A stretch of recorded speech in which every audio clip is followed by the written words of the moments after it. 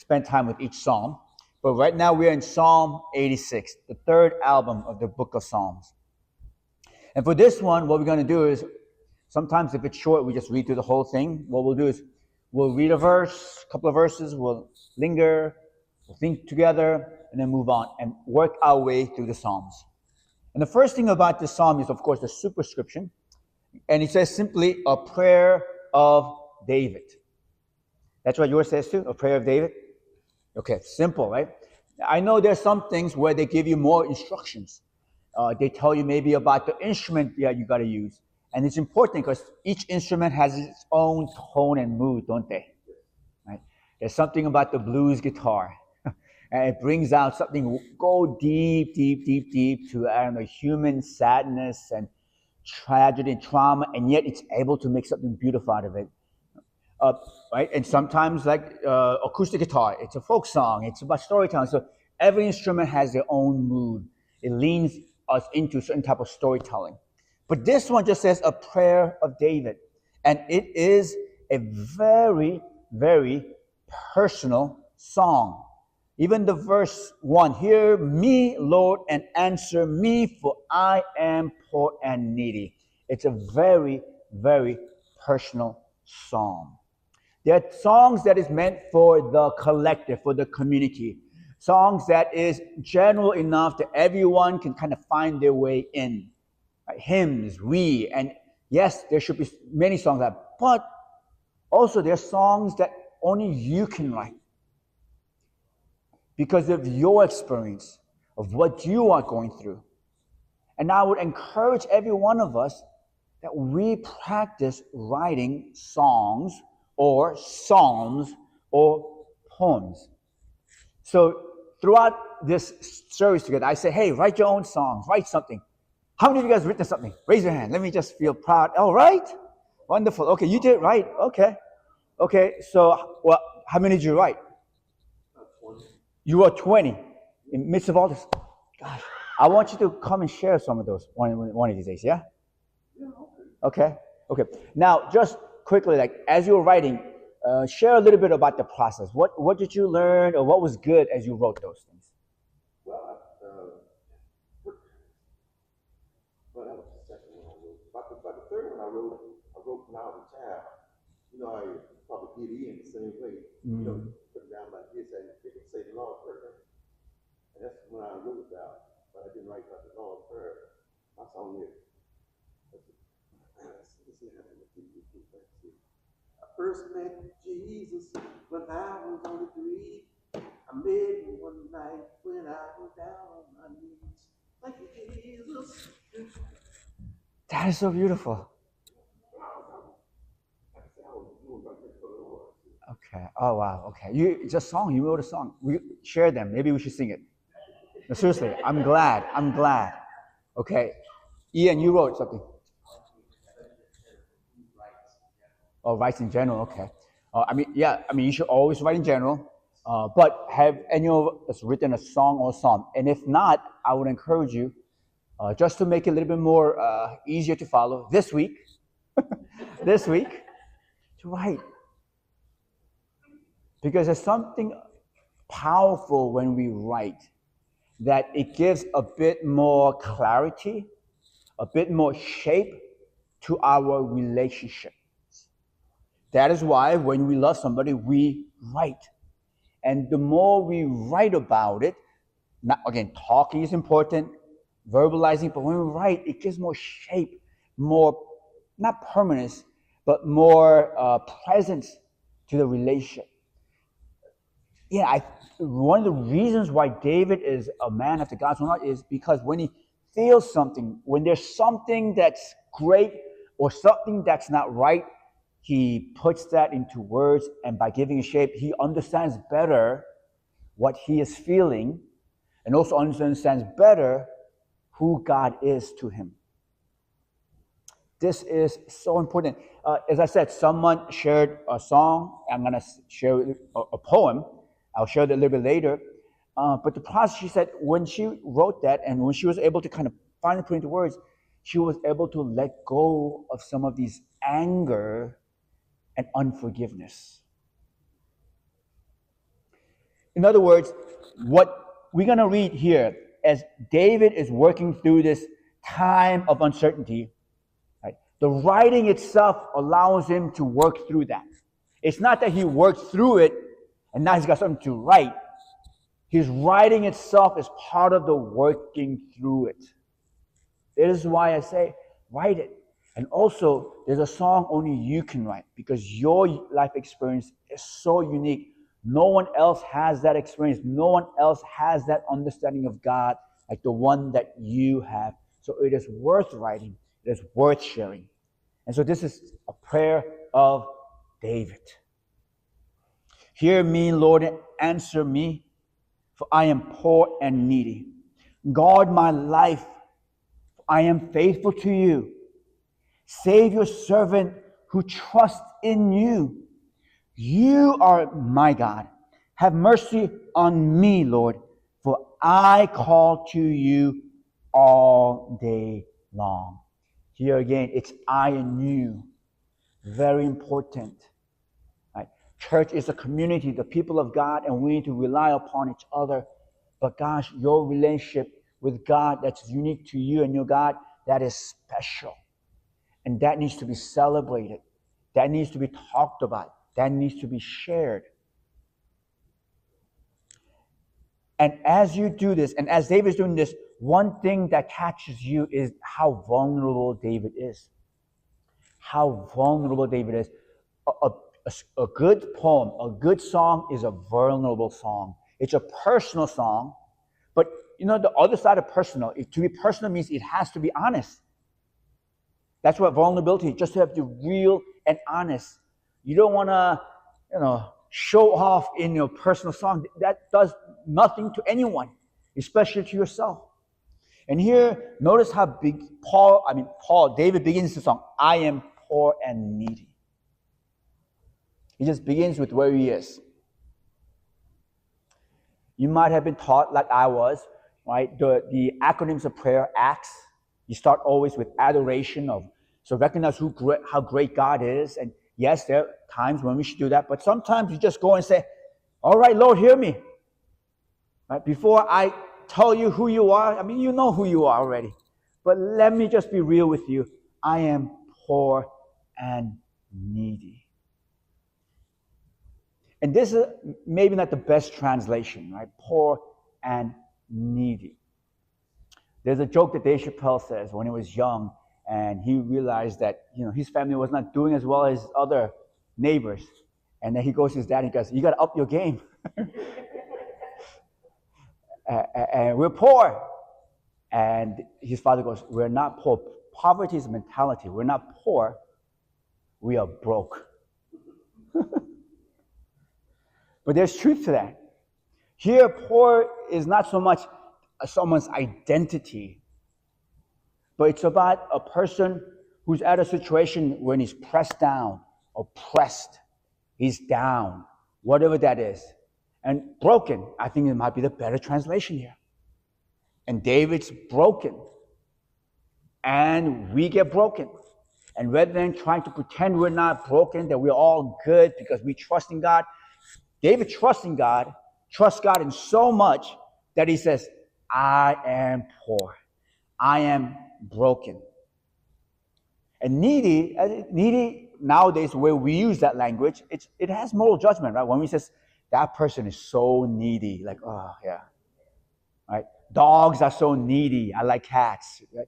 It has a moral judgment to it, and that's why maybe now it's not the best translation. Here it just means someone who's destitute, someone who doesn't have resources, so in need, not because he or she has some psychological issue, but just lacks resources because of the situation, because of the brokenness, because the car broke down and lost the job, because the company was downsizing.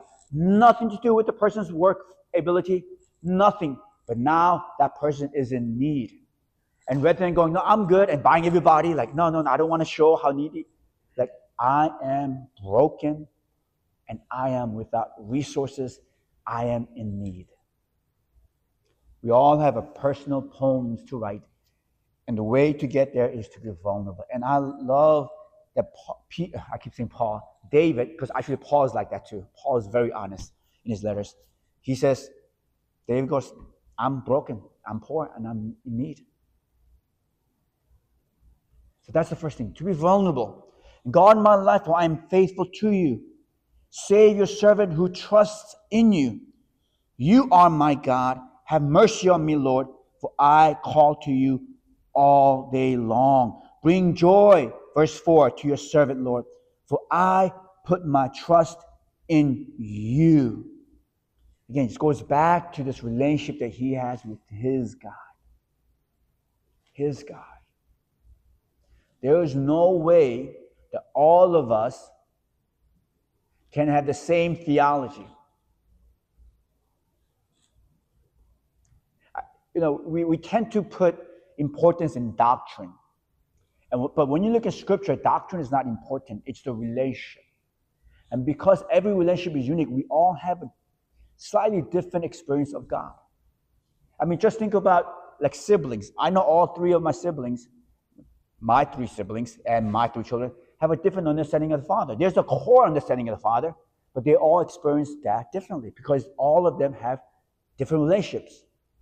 And I relate to them differently, not because I love them more or less, but because everyone is unique. Here, David is not calling to the God of Israel. He's calling out to who? My God.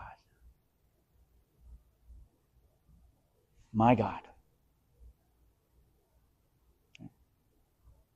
You, Lord, are forgiving and good, verse 5, abounding in love to all who call to you.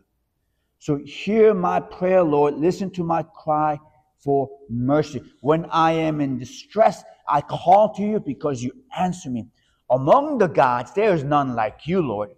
No deeds can compare with yours. All the nations you have made will come and worship before you, Lord. They will bring glory to your name. For you are great and do marvelous deeds. You alone are God. So teach me your way, that I may rely on your faithfulness, and give me an undivided heart, that I may fear your name. There's so many beautiful lines there. Now again, you could take time on everything. Undivided heart, on your faithfulness. David begins with, I am faithful to you, I trust you. But as he's working through this, he realizes more than his faithfulness, what grounds him, what gives him stability is whose faithfulness?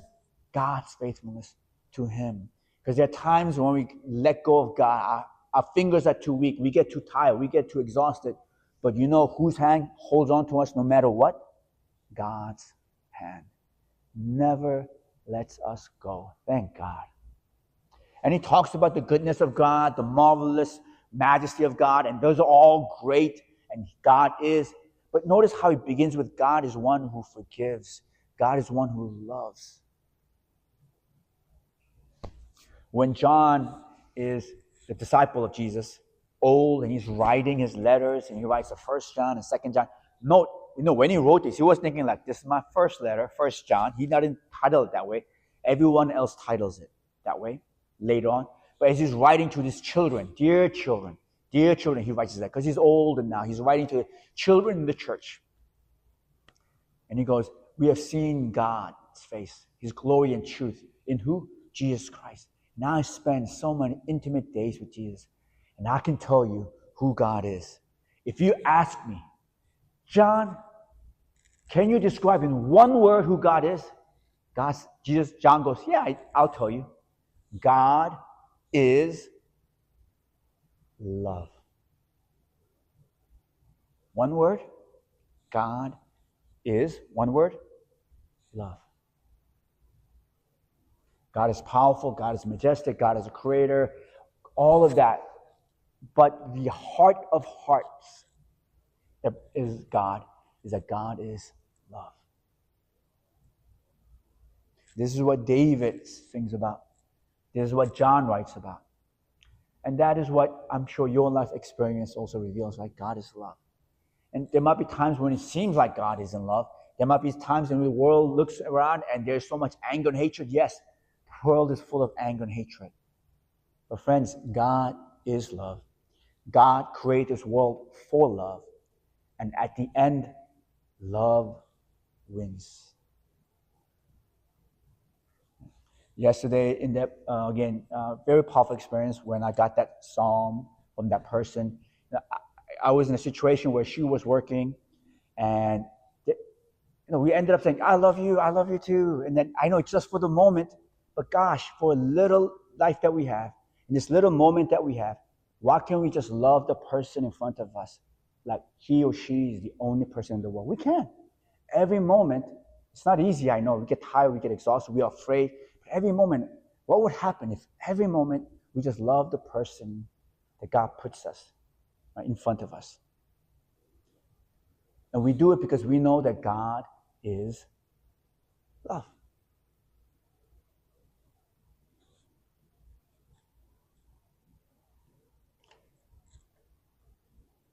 For great, verse 13, is your love toward me. You have delivered me from the depths, from the realm of the dead. Now, arrogant foes attack me, O God. Ruthless people are trying to kill me, but they have no regard for you. But you, Lord, are a compassionate, which is another way of talking about love, and gracious God, slow to anger, abounding in love and faithfulness. Faithfulness is an act of love, isn't it? So turn to me and have mercy on me. Show your strength in behalf of your servant. Notice how it goes, like, I'm your servant. Right? We have this unique relationship. Save me because I serve you, just as my mother did. And I love that. Right? It's so personal that David's like, it's not something that I learned. Again, church is important. From the church, from the people of God, from the temple, from the priests, from the lawyers, from the scholars. I did not learn all this from them. And not even from my dad, who has authority over me in this society. I learned this from my mother. He's telling his own story, isn't it? I mentioned before that there was a recent cartoon anime musical about David, young David, and how he becomes the king. And in that story, it just focuses on his relationship with his mother. But I don't even know what his father does in his life. Now, of course, it's an hour and a half, right? So they can't focus on everything, so you have to focus. But when I read this, I was like, oh, those writers actually paid attention. Because it was his mother that shaped his life and his understanding of who God is.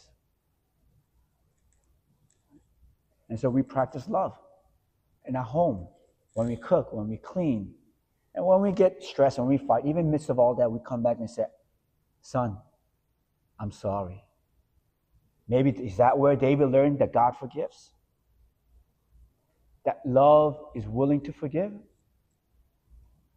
I learned that from my mother. Right? We present God to others by acts of love, especially in the places where we are just who we are, in those close, intimate relationships. And another thing I do want to point out is this, right? That love is not like something earned or something sustained by being good, but it's actually a fundamental relationship. In other words, God and David already has a relationship. Love is already there.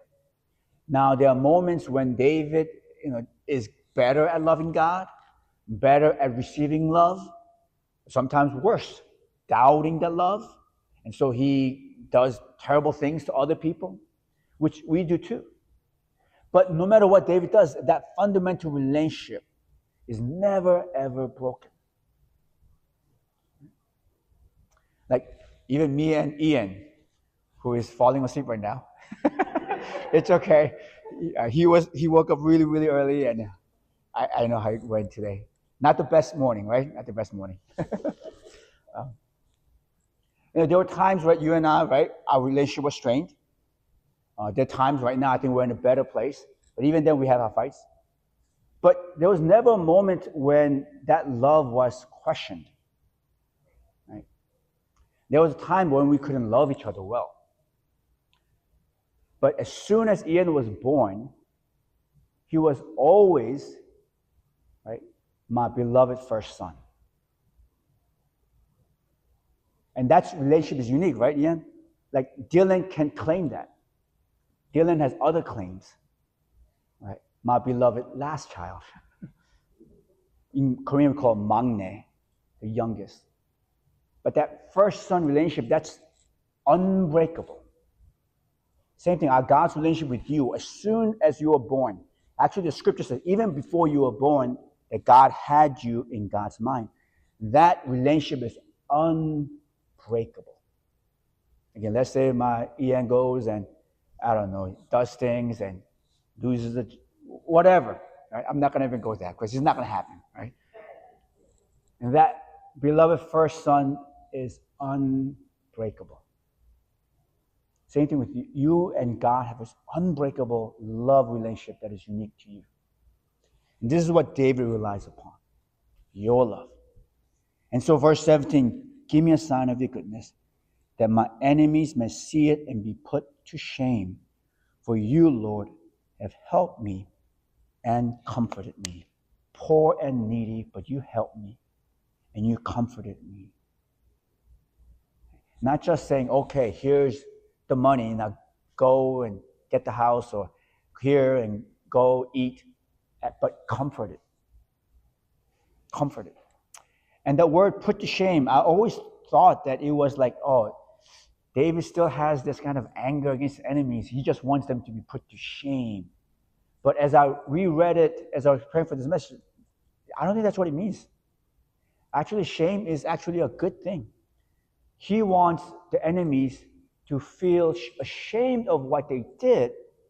And when you feel ashamed, you are recognizing, oh, I did something wrong. It is here that transformation is possible. I think what David's praying for is that even his enemies might feel shame. To not feel shame is the more dangerous thing. To feel shame, you say, oh, this is not what God wants. I'm ashamed, God. Can you change me? Can I rely upon your love? And I think this is what David is praying for here, because he has received God's love. So I got permission. I won't read all of it, but it is a letter, a poem titled, A Letter to My Father's Shooter. For a long time, I wanted to risk my ticket to heaven just for 10 minutes with you. Not to understand you, not to hear your excuse. Just 10 minutes to hand you the weight my family carried after you pulled that trigger. You didn't just shoot my father. You shot through birthdays, through holidays, through family photos, to the little girl who used to run into her daddy's arms without knowing how quickly life could change. For years, I hated you. I blamed you for every tear that fell from my grandmother's face. I blamed you for every sleepless night she spent praying for a youngest son. I blamed you for the worry that settled into her bones, for the strength she had to summon day after day. Somewhere in my grief, I convinced myself you took her too. That's what hurt children do. You know, I'm going to read the whole thing. We search for someone to carry the blame when our hearts are too small to carry the pain. You thought you were ending a story, but you had no idea God was already writing another chapter. That night when darkness surrounded my father, heaven surrounded him too. I imagined God leaning close enough to whisper, hey, not yet. Your children still need you. Broken, bleeding, weak, my father still answered the call to live. As I grew older, I realized something. I spent years believing you took everything from us, but what you meant to destroy, God rebelled. You tried to silence the father, yet his testimony became louder. You tried to weaken a family, yet we became closer than ever. You tried to shake our faith, but our knees only bent deeper in prayer. You introduced us to tragedy. God introduced us to triumph. That's a good line. Today, my father is surrounded by love. His life became proof that survival is more than breathing. It is choosing joy after devastation, choosing purpose after pain, choosing God when bitterness would have been easier. That little girl inside me used to dream of revenge. The woman I've become prays for peace. Because forgiveness doesn't excuse what you did. It simply refuses to let your choices keep imprisoning my heart. I used to think you had won. Now I know the only thing your bullets ever touched was flesh. That never reached our faith, that never reached our love, that never reached our purpose. And they never reached the promises God had already spoken over my father's life. I don't know what burdens you carry now. I don't know if regret visits you in quiet moments. I only know this. I release the hatred I've carried for years. She uses present tense. I release. Not because you earned forgiveness, but because Christ first forgave me. So today, I put down the anger that the little girl couldn't. And I pick up the freedom the healed woman found. I forgive you. Not because you changed my life for the better, but because God did. That's powerful. That's a poem. That's a song. We all have these psalms to write to experience more deeply how God's love can free us from all things. Amen.